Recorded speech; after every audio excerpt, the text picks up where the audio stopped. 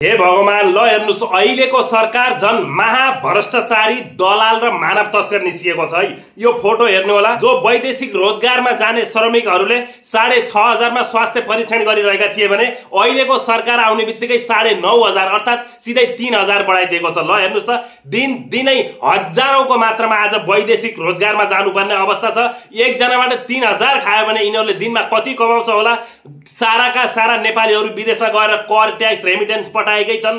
साराका सारा विभिन्न बहानामा म्यान पावरहरूले लुटेकै छ, उसले लुटेकै छ, उता अर्कोले लुटेकै छ। त्यही माथि अझ अहिले सरकारले पनि ती बिचारा गरिब दुखी वैदेशिक रोजगारमा जाने ती मजदुरहरूबाट अझ फेरि लुटेको छ है। सोच्दासम्म सोचेको छ। ल हेर्नुस् त, साराका सारा नेपालीहरू बिचारा विदेशमा जान्छन् भने जस्तो काम पाउँदैनन्, अन्तिममा काठको बाकसमा फर्किनुपर्छ। कति पीडा छ, कति दुःख छ। घर जग्गा बेचेर ऋण निकालेर उनीहरू विदेश गएका हुन्छन्। त्यही माथि यसरी सरकारदेखि साराका सारा सब विदेश जाने नेपालीहरूलाई यसरी लुट्छन्। अनि कसरी यो देश अगाडि बढ्छ? ल हेर्नुस् त, त्यसैले जतिसक्दो छिटो साथीहरू यो लुट तन्त्रको अन्त्य गर्न एकदमै आवश्यक छ है।